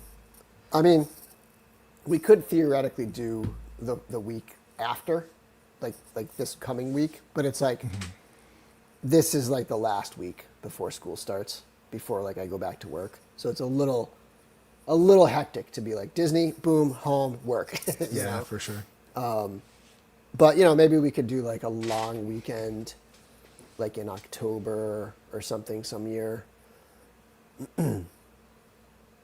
It's just tricky as a teacher. Like I don't really have the days off, especially with Legion's Con taking up 2 or 3 of my 5. I get 5 days I get to choose. Oh, wow. I get a whole 2 months off in the summer. Well, yeah, that's true. But like, I only get 5 days where I actually get to choose which days I can take off. So, yeah. Eric LeBron's trying to convince me to go to Star Wars Celebration in 2027. It would be cool. It would, but again, it's like, can I? It's on a. There's no holiday there, so it's on like. Oh, I would have to like. I don't know, maybe do a day less or something at Legion's Con, or skip Legion's Con altogether if I were going to do that, which I don't think I would do. Oh yeah, no, for sure. One of my good friends used to be a part of a Star Wars podcast. You know, they did a show like Legion's Lounge, you know? And that was his like Legion's Con every year, was like going to Star Wars Celebration. Yeah. So it was always cool to hear about it from him. Yeah, I've never been. I would love to go. You know, and it's back in the States. I think it's like every other time. It's like in the States, and then it's overseas, and then it's in the States. But it's kind of a 4-year cycle, right? Because it's every other year. Mm-hmm. This is when I should have gone. Was when it was in Orlando, like 6 years ago or so, something like that. And that was still when, like right now we're back into like a Star Wars lull, where it's like there's not a lot happening. We had Andor, but we haven't had a movie in like 6 years or something. But that was when things were popping with Star Wars. Everything was crazy. That would have been a good time to go. Hedgehog says, we went during Jersey Week. Every year there are teacher conferences. Oh, okay, yeah. That's the Legion's Con week, right? Jersey Week is that's another thing, like in the Disney parks, like circles, is like you avoid Jersey Week like the plague because so many people go down to Disney World. Oh, okay. Second week in November. My wife texted and asked if we talked about snacks yet. Snacks? Yeah. Yeah, we did a little bit, A little bit, yeah. I told her just kind of doing stream of consciousness, so we've kind of touched on a few things. But yeah, she wants to know every little detail, Bill. I'm trying to think. In Frontierland, my daughter had the candied bacon, and it was not very good. That was like the one thing we had that was like, not great. But everything else I think we had, we really liked. The thing is, like, we were running around so much that, like, we didn't do a lot of, like, snacking. Yeah. Trying to think of some of the things we had. What did we have for snacks? Animal Kingdom. Well, at Star Wars Land, we did have the popcorn. Yeah. We got the salty kind. Oh yeah. My wife loves it's like a chili lime or something like that. I forget popcorn? what it is. Yeah. Yeah. It's the red and blue one. Okay. That's one of her snacks that she has to get every time. That sounds good. Chili lime. Mm-hmm.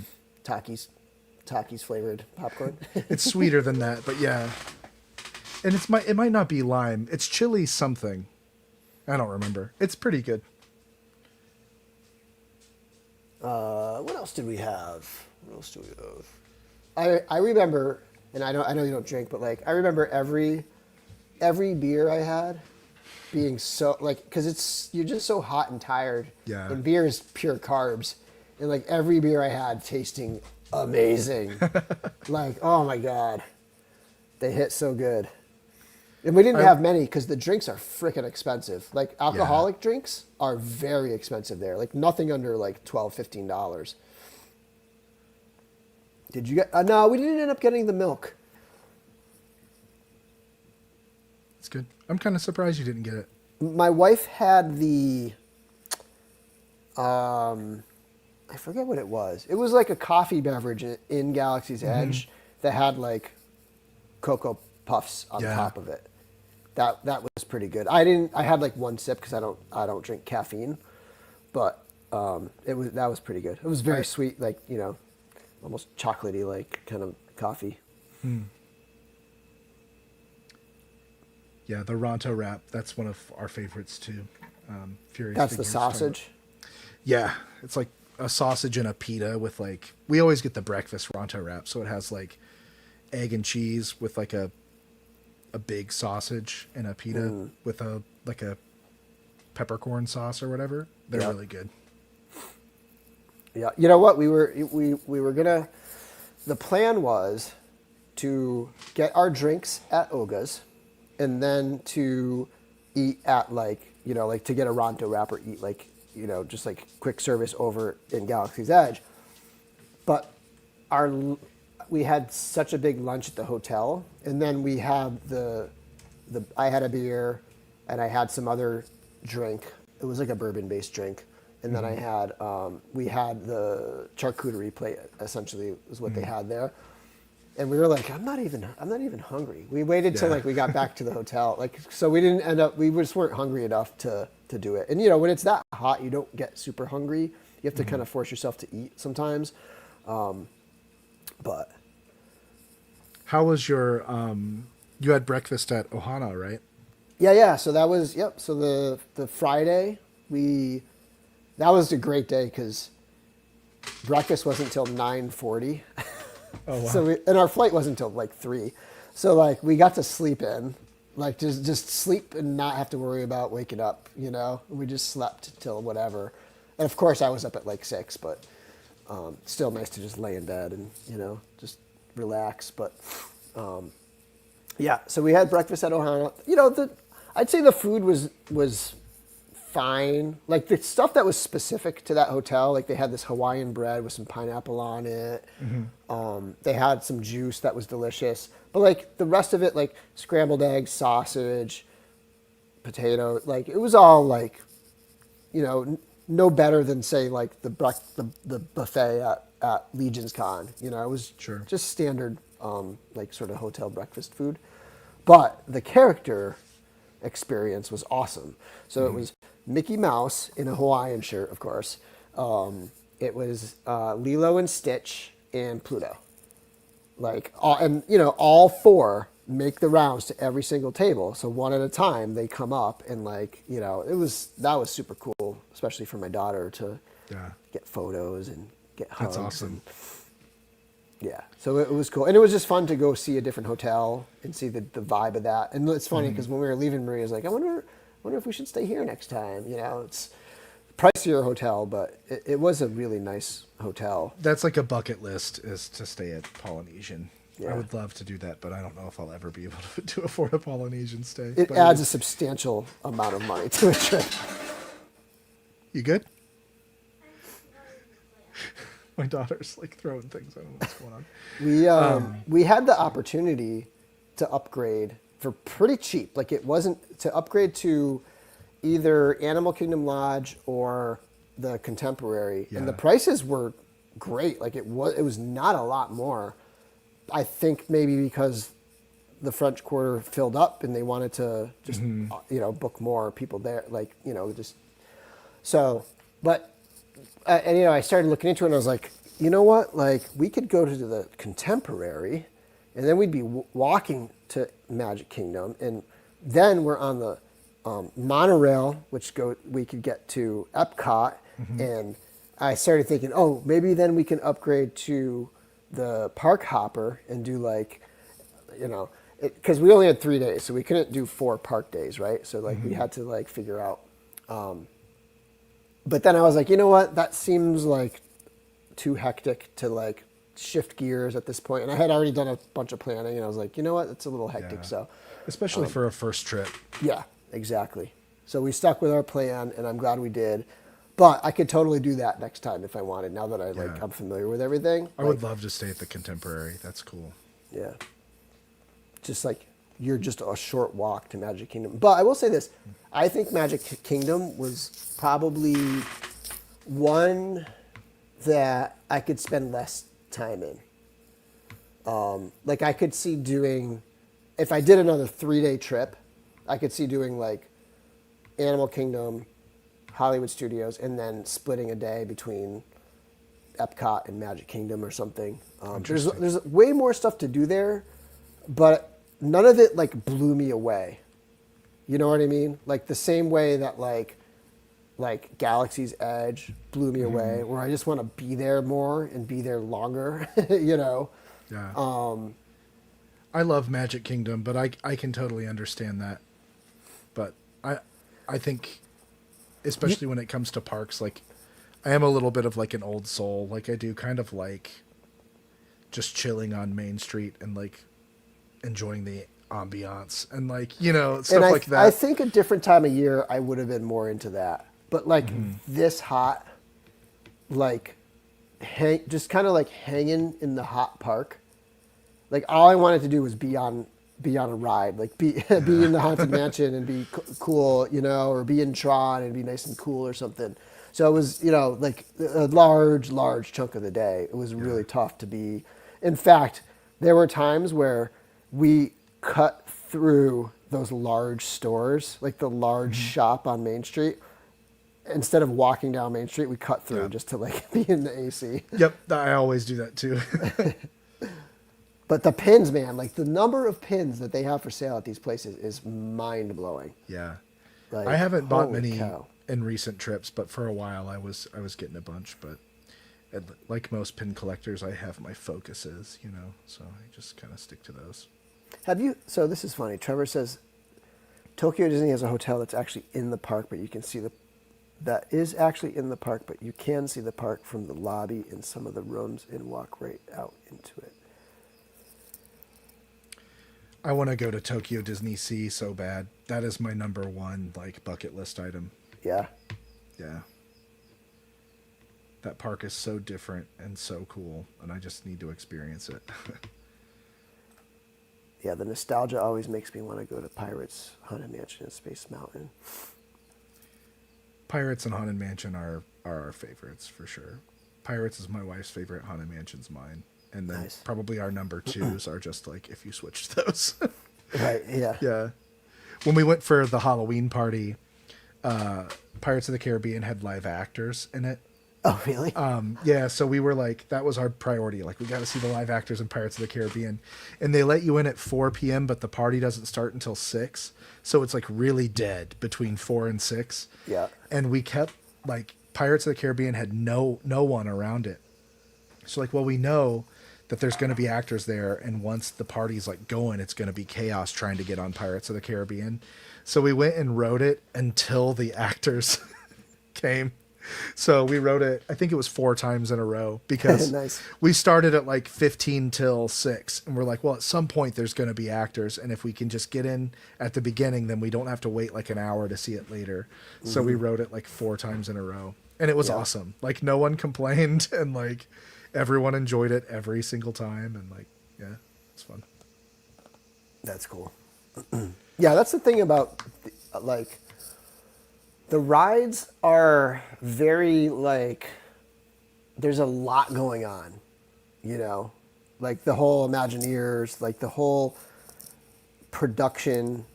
It's not like another theme park, you know? Like, I keep referencing Six Flags, which is purely about thrill rides without, you know, there's some theming, like, there's some stuff where you're in the queue and you're going through, like, I don't know, the Daily Planet or something, but like there's nothing on that level at all. And it's like everything is so well thought out and designed. Even like It's a Small World. I didn't expect to be like impressed necessarily by that, but that was beautiful. Like the artistry is just beautiful there. Yeah. The Mickey's Runaway Train, like that's a beautiful ride. Like it is so, it's like, it's awesome. Totally agree. My wife is a big Mary Blair fan. So like the Small World is all her aesthetic, you know? So we have a lot of like artwork in our house that's like Mary Blair artwork and things like that. So Nice. it's cool. We were watching some of the behind the scenes on Disney Plus, like last night, like the night we got back, and then last night we were watching some of those, where it's like, okay, here, a lot of them are kind of centered on Disneyland, but you know, they'll kind of take you to like Disney World and like some of the other parks too, but like, it'll be like, okay, so here's the Jungle Cruise. Here's the story of the Jungle Cruise from its conception to them digging it out and planning it and the storyboarding and like all that stuff. And then here's here's just like one attraction at a time per episode. It was pretty cool. But it's fun. Like we didn't do a lot of that beforehand, and I'm glad we didn't, because not knowing that there's a giant building behind, Haunted Mansion or like whatever ride, pretty much every ride. Like there's this giant warehouse building behind it. You just don't see it. And so you just go into this haunted mansion and you're like, where am I? Like where the heck is all this space? Yeah, it is cool. I love watching those shows though. My wife always talks about how she cannot wait until there's another season of Behind the Attraction on Disney Plus. I hear her say that probably 4 times a week. Like, when is the next season coming?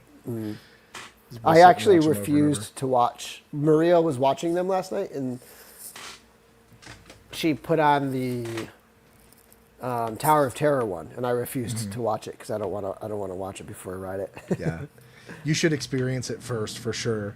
But that is one of the craziest Imagineering rides out there. Like, there's a lot of stuff there, and everything means something, and everything was researched to the nines to make sure that everything's period specific, region specific.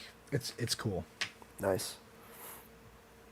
Yeah, that was one of my regrets, and then not just going at a time when we couldn't ride the Thunder Mountain. Yeah, it was a bummer, but it was there was so much to do and see, and like I said, we rode tons of rides. We pretty much maxed out our lightning lanes. Because you can't really, aside from the fact that we were able to ride Haunted Mansion twice because of the cancellation that we had on one, you can't ride. You can only get one per ride. So we pretty much maxed it out in terms of being able to get advantage out of it.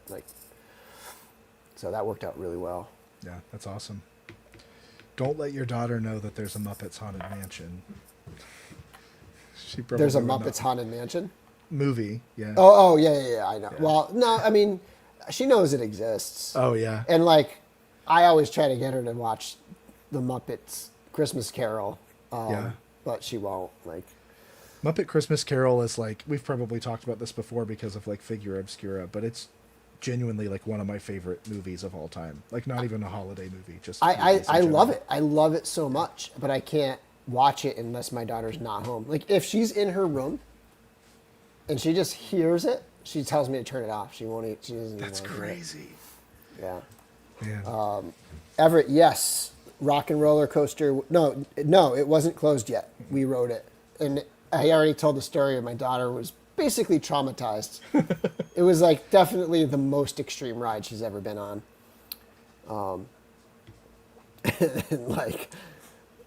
Everett, I'll shoot you the photo. They take the photo when you're on the ride. I'll shoot you the photo, Everett. It's it's fun. I'm just chilling, and my wife and my daughter are total freaking out. Does your daughter know who Aerosmith is? Kinda. I mean, we're from Boston, and she kind of does, but she's not really into. That would be Dad's music. She's not really into that stuff. Sure. My kids don't know who Aerosmith is. I mean, they do because of the ride, but that's it.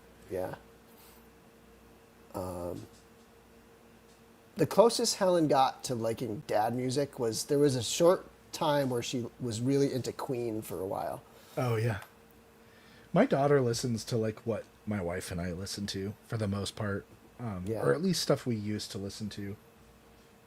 But my son doesn't really care about music at all. Looking forward to shooting the shelf tonight with Samya. I wanted to back the Kickstarter, but with all the money I've been putting out to release a limited run of my own figure, couldn't swing it. Yeah, you got to do what you got to do. They will be around later. For sure. The Kickstarter is successful, so they will be around later. It's gonna be great. My kids were freaked out the first time as well. It's a it's a pretty intense ride. It's for especially for a kid like my daughter who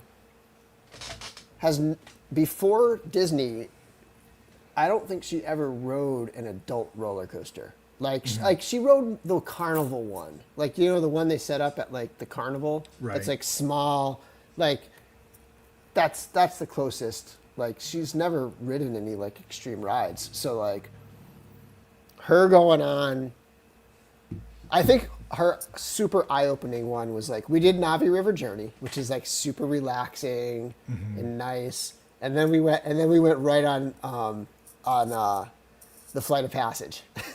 And like I think for her that was like super eye-opening of like holy cow, this is like intense. This is what rides like, and she was blown away. She loved it so much, like, and then from there I think she became a little more like open-minded to like riding scary rides, so to speak. But we pushed it a little too far with Aerosmith. Yeah, there's not many there that are too far, in my opinion. But No. yeah, like Rock and Roller Coaster, definitely. Tron is intense. Guardians is intense. Expedition Everest. That's probably about it. Yeah, My Tron- daughter doesn't like the super crazy ones, but she loves like Slinky Dog, Big Thunder. I mean, she'll ride those over and over and over. Yeah. Tron, it's really like the position you're in and the acceleration, I think, is really like what makes it a little more intense. It's cool. I just wish it was a longer run. But it's kind of understandable. Like you're kind of limited with like what you can do. That's another one. If you can do it at night, it's like totally different. Yeah, I really wish I could have. That whole And I didn't get to canopy's all see- lit up and everything. Yeah, I got to see it lit up, but I didn't get to ride it. And we didn't see Galaxy's Edge at night because by the time we rode the Runaway Train, and then we were like, okay, we're getting close. We probably want to start heading over to the Fantasmic. Like it just was. I think the problem is in the summer, it's so late before it gets dark that it's like there's not a good window to like do it. When we went in April, we intentionally camped out in Pandora because we've never seen it lit up. There's like Yeah. a whole lighting thing at night where all the plants light up and all this stuff. But Animal Kingdom closes at 6. Yeah. So we were like, if we can stay until they actually close, we might get like, it'll be like dusk. We might get a little bit of it. But we stayed as long as we could. And even right before 6, we got in line for Flight of Passage, specifically so that we would be in the queue, do the ride, and come out. not get We ushered thought out. it would be darker, but it still wasn't dark enough to see Aw, anything. man. So we were so bummed. Oh yeah.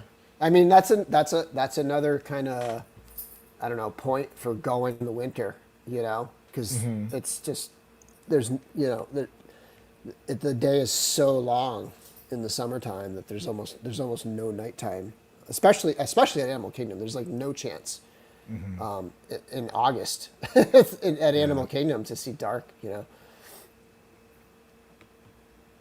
Oh yeah, the Toy Tuber Expo was today. That's awesome, Paul. I met, I actually don't know his real name, but I met Articulated Ninja at Chris Con this past year, and he invited me to go to that, but I couldn't wait. We were just getting back from our trip, so I didn't do it. But I may do it next year. We'll see. I wish I was closer to all the shows, there on the East Coast. Yeah. I get such bad FOMO whenever there's one of those shows. I just want to be there hanging out with people. Yeah, I'm lucky to have Chris Con, and I go to the one in Danbury, the Shop the Curiosity. I don't make it down I haven't been to a New Jersey Toy Con in many years. I haven't been, the only Jersey trips I've done have been Legion's Con, but it would be cool to make another trip down there. Yeah. I might try to go to ZoloCon in February. I would like to. How That's much of one a trip is that for you? I mean, it's basically the same as going to Legion's Con. It's maybe an hour shorter. It's like Okay. 8.5 hours, something like that. But it just looks like so much fun. And I love so many people that are there. So I don't know. We'll see. We'll see how things go. I would love to make it to more shows. That's one I'd like to get to ZoloCon too. Thanks, Paul. Yeah, it was a blast. I'm ready for whatever virus I probably caught while I was down there to like hit me, like just being in those crowded rooms. Yeah, it might be all right by now.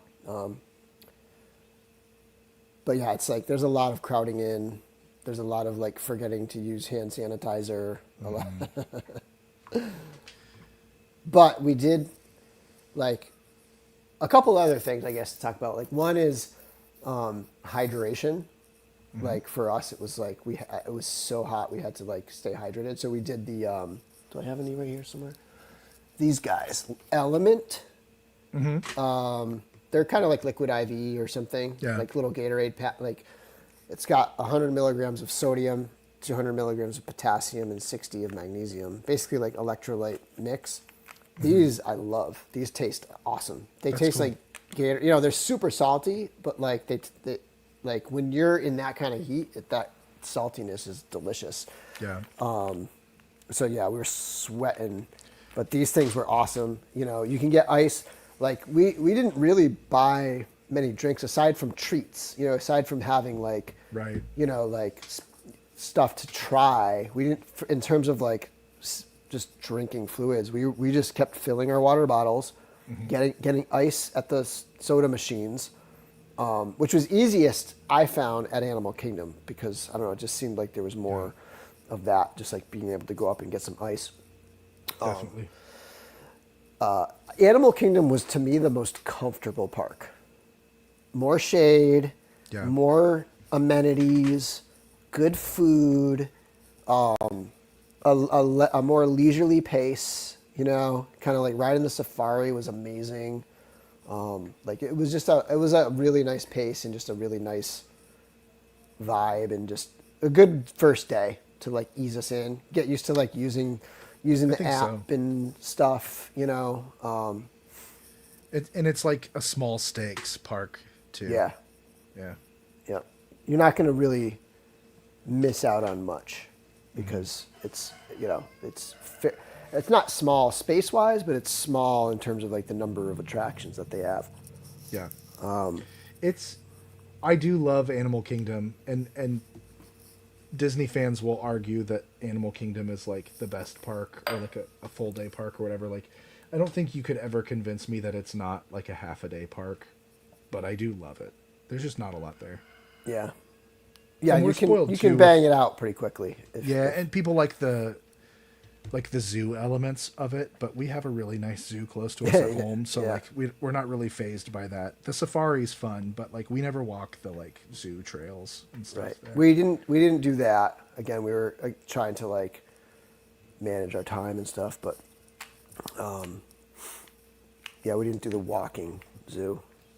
That's something we probably would do next time if we go again. Is like do more of the animal gazing type stuff. We did get to see. They brought out like the parrots, like and then like they had like 2 that were flying from perch to perch, and then they released like 10 of them, and they were all flying overhead, like the I don't know, bird, like what kind of birds, tropical birds of whatever kind. Was that like in the main, like by the Tree of Life area? Yes. Yep, that's cool. Right in front of it. They do a bird show there, which actually is really, really cool. But I actually have a photo of that. My family is crazy bird people, so I don't know if everyone would be as into that, as evidenced by the stupid rooster that's parked outside the window the entire time. Let me share this photo here.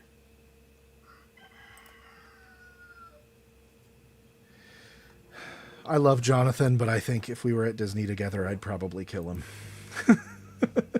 What did he say? He said, we also don't do a park for more than half a day. Like 2 parks in one day is not for us.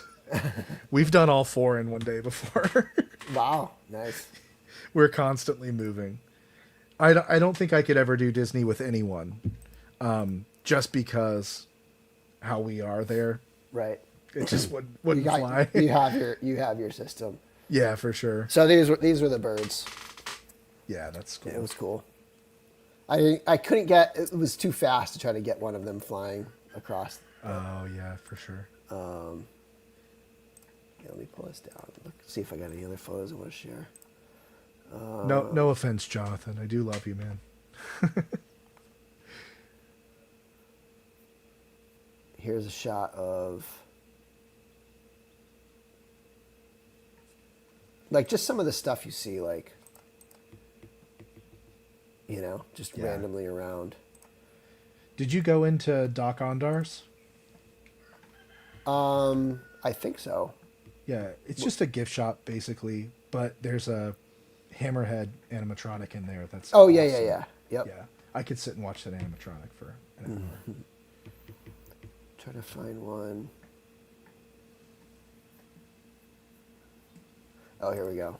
Like walking out to this when you're walking through the ride is like crazy, and the fact that like you can get a photo like this, like Yeah, at the park, like it's just crazy. but it's like impossible to conceive just how large that room is too. Yeah. Yep. You have to experience it.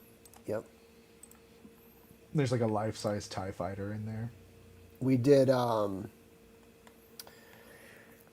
the memory maker, which was super cool.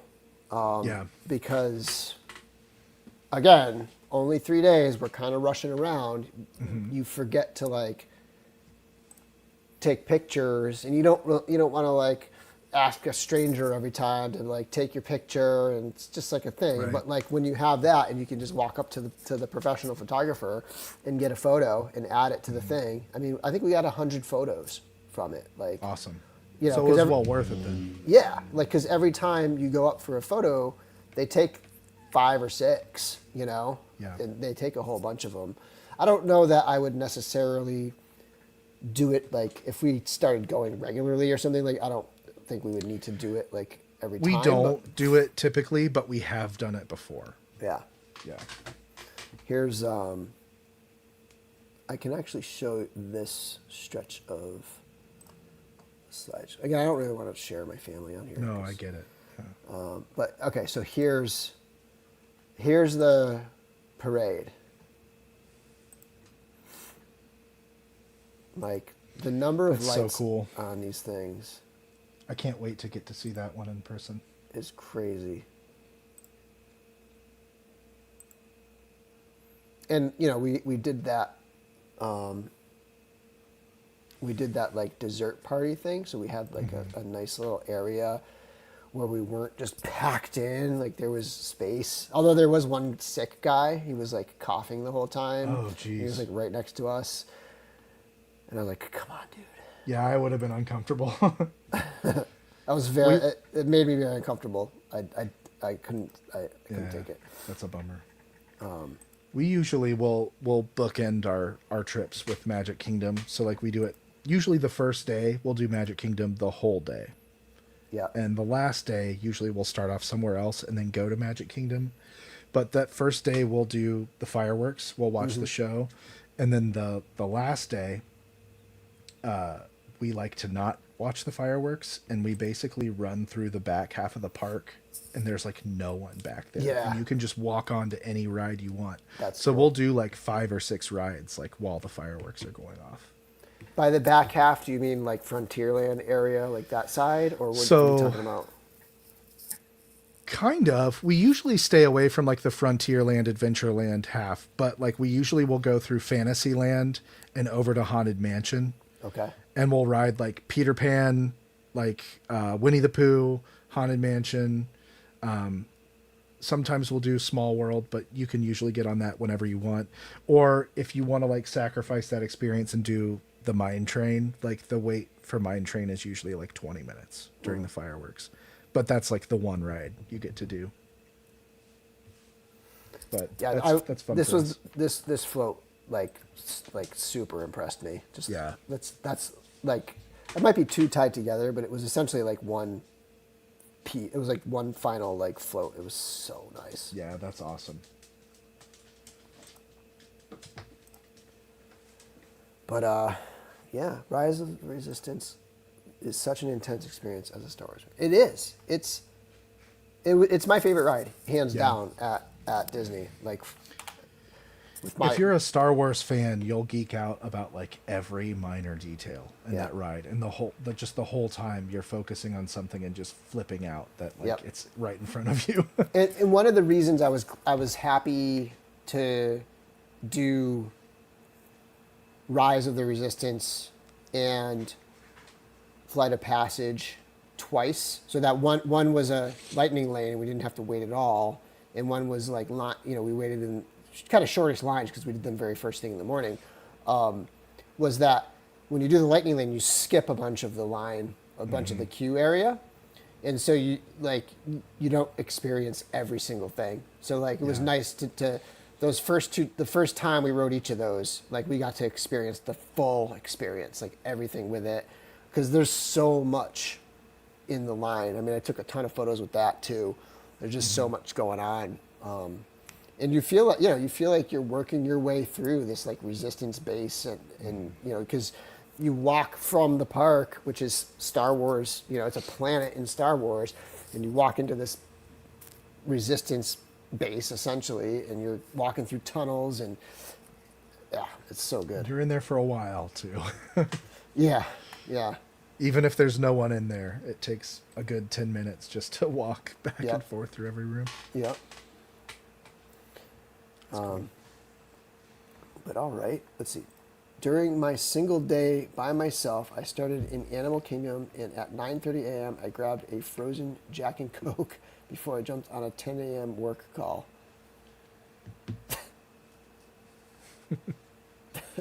Okay. Maybe we can meet up at one park and then part ways. That sounds great. Yeah, it'll be interesting. So we're hoping that my sister-in-law, brother-in-law, and like their two kids, who like that's like our closest like family members, like they'd maybe want to do it because they did it 2 or 3 years ago, which kind of kicked us in the butt to like want to do it, after seeing their experience. And so like we're hoping maybe we could all go together. It'll be interesting to see how that would play out. Yeah. But that's something where like the photo memory maker, like you could essentially split it. One person could do it, and then you could take photos with everybody, and like could share the expense that way. And I'm glad you liked it, and I'm glad that you have things that you didn't get to do that make you want to go back to do. Yeah, I mean, we have a whole park that we didn't even do. Yeah. And I feel like you would love Epcot too. I'm sure I will. Yeah. We left it up to our daughter. We said, so here's the problem is we would have done a longer trip, but when we called our dog sitter, it was like the week of her birthday. Like her birthday was this past Sunday. And so she couldn't do it till Monday. Like we just couldn't like this was the longest trip we could do. So next time we're hoping to be able to do at least 4 days, I think would be fine. I'd even like to do 5, so 4 park days. I'd like to even do 5 days where you have like maybe a day to rest in between, because man, we were exhausted. Like our feet, man, like I've never been more ready for my school year, because my like standing up stamina is like I'm like trained up right now for the start of the year. It's funny. I'm shocked that I do as well as I do when we go, but I'm usually aching by the time we leave for sure. Yeah, that one day, the middle day, my wife was just, she was done. She was cooked. Oh my God. Oh. And then we got to the bus, and it was just pulling out. Oh no. And so and the next one was fine. It was like 20 minutes or something, but like still, it was just like, oh, we were so close. Yeah, that's a bummer. All right, it's almost 8 o'clock. I promised Curtis that I would not step on his toes tonight. So. Yeah, I want to catch their show too. So. Yeah. And Samya's going to be on there. They're going to close out that campaign. And so everybody here, head over to Just Shelve It channel, Shooting the Shelf, and check them out. And Eric, thank you for letting me let it all out. Yeah, so for I don't sure. have to torture Chris and Larry on I will do it Thursday. anytime you want, man. If you want a part 2, you just let me know. All right, maybe we'll do like the next time one of us is planning a trip. We'll do like a pre Disney kind of thing. Yeah, that'd be cool. And my wife would love to do a Disney show too. We should do the couples. We should totally do that and like just talk through it. Because Maria's like, she came out of there and she's like, I think I'm a Disney adult now. You know, like I think I'm like how, why do I feel this way? You know, it's like the closest. She doesn't have a hobby, right? Mm-hmm. Like I have my entire thing. Like I have tons of hobbies, but like she's not that kind of person. And so like for her to like be into it like this is really cool. Yeah, I think that's awesome. So yeah. All right, everybody. We will see you next time. And until next time, may the force be with you. Follow me.